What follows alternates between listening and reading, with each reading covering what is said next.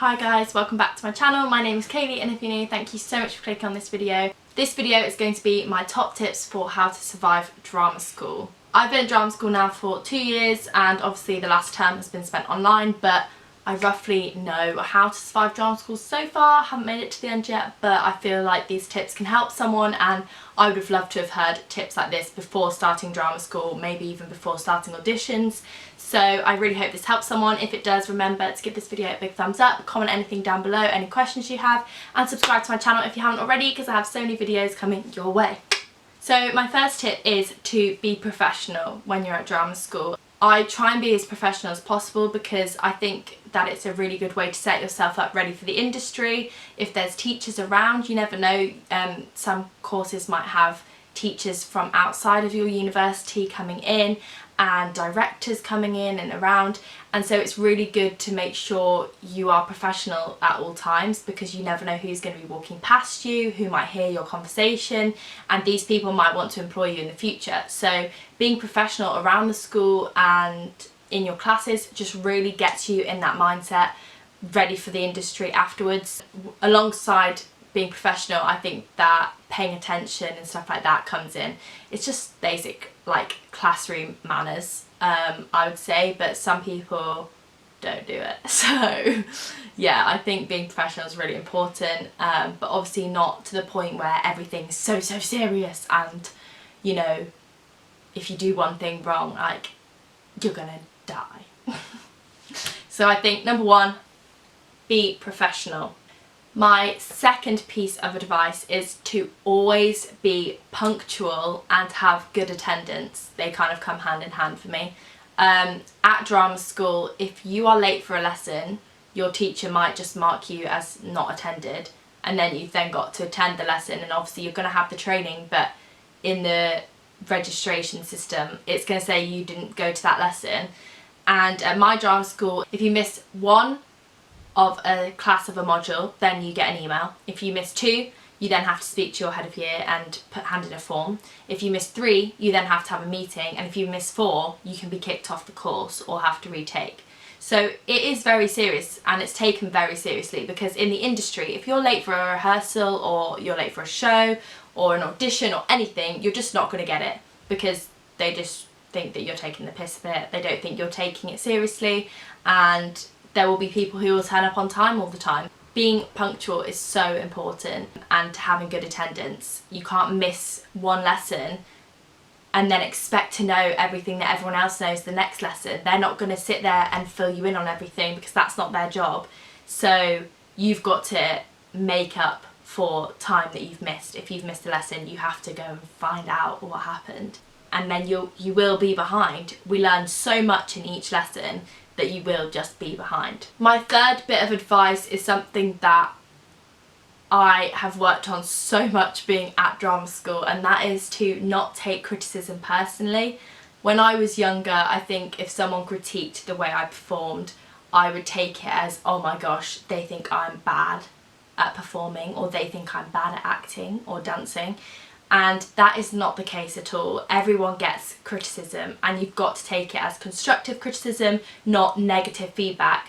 And you've got to really absorb what they say, think about it, look back at what you did and work on it. Don't take it and sit there and sulk about it and cry about it in front of them. They don't care. You've got to take it on board and really learn from it, and try to improve on what they've said, so that when you show them the next time, they can see that you've improved on that, and then that's one step closer to having a better performance. Nothing's ever really perfect, and no one else is really perfect, so everyone will be getting constructive criticism, and just please don't take it personally, because Meryl Streep probably gets it, you know, everyone probably gets it in the industry, and it's just the way the director or the teacher will make you improve to be a better performer, because they want you to be a better performer. They don't want to make you suffer and think that you're bad when you're not. Don't take it personally, work on it and become better. My fourth tip is to do your work as soon as you get it. So your extra work, not what you're doing in the class. So on my course in first year we had loads of reading to do. We had to read plays as well as articles and textbook work. We get essays, we do line learning, we might have to learn a dance sequence in our rooms, things like that. And I would say just do it as soon as possible, because it piles up so quickly, especially for me in first year. Second year, not so much.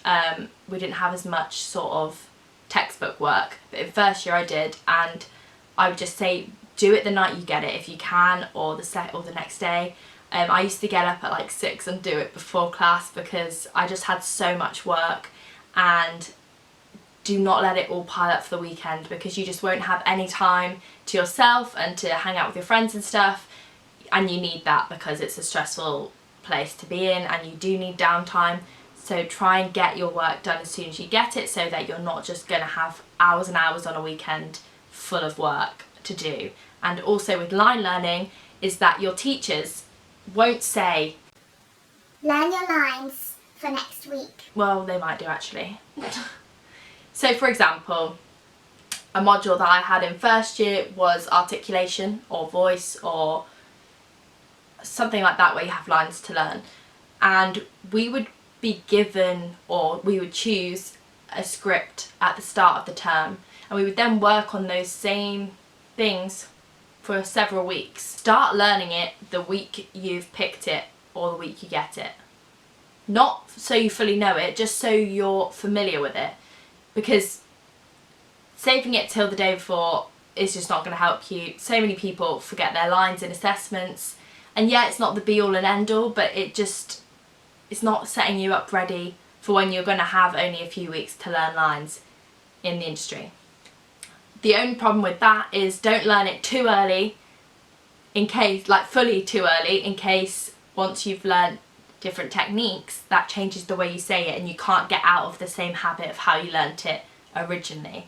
So become familiar with it, read it more than just doing it in the lesson, and gradually, once you've started learning techniques, start learning some of it and then learn all of it. And it's going to feel so much easier doing it that way than not really learning it, not reading it at all, not having anything really to do with it other than in the lesson, and then coming to the night before or the week before your assessment and cramming it in and then forgetting it in your assessment. Some people might have differing opinions about this to me, but that's how I do it, because I cannot deal with the stress of forgetting a line. That is too much for me. So that is that one. My next tip, number 5, is to always be prepared for your lesson. This sounds stupid, it's the same as school, and it's kind of links to being professional, but you might need specific equipment for a certain lesson. So I don't have this, but say you had a ballet lesson, you'd need your ballet shoes. So you need to make sure you're wearing the right outfit. Certain lessons might require different outfits. I know that for movement, for example, I would need to be in something really movable and something that's breathable, so I'm not just dripping in sweat. I used to wear like a sports bra, some stretchy leggings, and then a baggy top over the top. And then if I got too hot, I could take the top off and I'd still be able to move in it, it'd be great. Other lessons you might need to be a bit warmer if you're not moving as much, for example. You always need water, pen and paper. Literally never take those three things off you. Pen, paper, water. You need them all the time, because you never know when someone's going to say, oh, just write this down, and you haven't got a pen and paper. You're going to be writing on your phone. It's not as professional. Some people might disagree with me, but I personally think that. And you might need snacks, depending on how long your lesson is or how much exercise is involved in the lesson. If it's movement, you definitely need snacks, because you're burning calories like that. And then you quite often you have to have your lunch on you, depending if you can go back to halls or wherever you're staying. And yeah, certain books, scripts, music, instruments.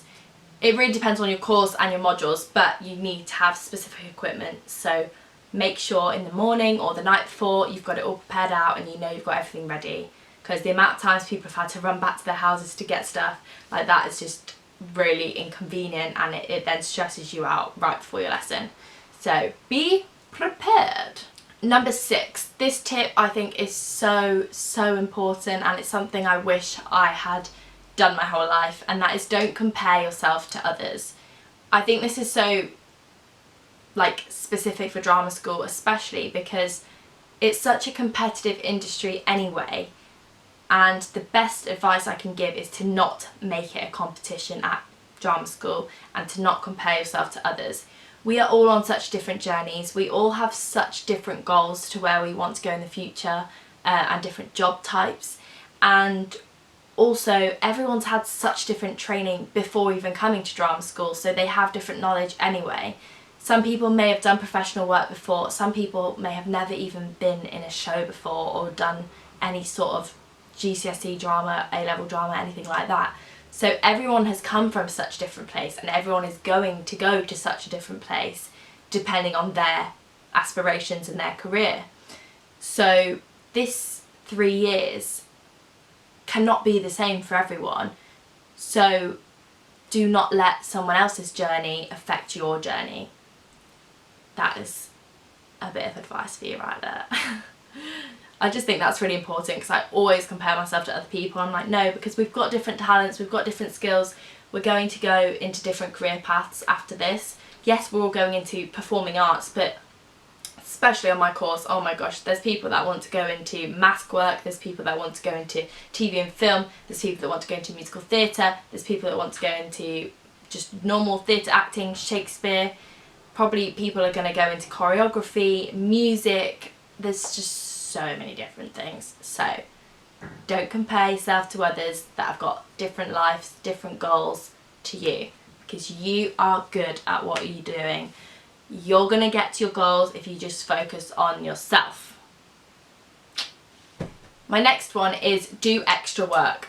Your teachers will tell you, probably, they do it mine, to go and watch extra shows, read extra plays, watch films, watch TV. Do you know, like, you really just have to immerse yourself into it. And I'm quite bad for watching TV and films that are sort of taken seriously, but I'm starting to get better at it. Going to see shows is so important. Make notes when you get back from them about what you enjoyed and what you didn't enjoy. Same for films. I've been doing that now for like 3 years. I've got a massive document of all the films I've watched and what I enjoyed, what I didn't enjoy, which actors were in them, the directors, and I just think that's something nice that I can collect, and I think it's really helpful. You never know, I might get to work with one of those directors one day. I hope. So yeah, that's just to get more knowledge outside of just your course, so when you go into the industry you know a lot more than someone who didn't do that. And finally, my last tip, number 8, is to have fun. Don't take everything so seriously like I do most of the time. Because I think looking back now I can even see where I've been too serious, that I haven't just relaxed and really enjoyed those special moments with the people I'm working with. Everyone's so talented, and I've just got to embrace that and just have fun and cherish those moments more. Obviously the teachers want you to have a good time as well as being serious and professional, so you've just got to know when's the right time. When is it time to shut up and be serious, and when is it time to, okay, maybe I could have a bit of a laugh here, maybe we could play a game to warm up this time that's a bit fun. Those sorts of things. And yeah, like, it's 3 years of your life that you want to look back on and think, oh my gosh, they were the most amazing 3 years ever. I had so much fun with all those people, and I trained, and now I'm doing what I love every day. So that is my final piece of advice for you.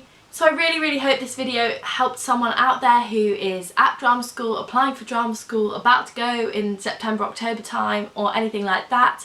Let me know if you have any questions, as I said before, down below, or you can message me on Instagram. My Instagram is Kayleigh I also now have a professional Instagram for my acting and performance, and that is Kayleigh Professional, so you can go and follow those and keep up to date with what I am doing. Not much, because I'm still in lockdown. However, I will be doing some cool projects over the summer, which I may vlog behind the scenes a little bit. But I'm looking forward to kind of sharing on my YouTube channel things that I create as well as doing vlogs. So hopefully I will have some performance related videos going up soon, and you can just kind of join me with those. Thank you so much for watching. I really hope you enjoyed it. Give this video a thumbs up if you did, comment anything down below, and subscribe to my channel if you haven't already, because I've got so many videos coming your way, you better believe it. I'll see you in the next video on Wednesday. Have a lovely Sunday, everybody.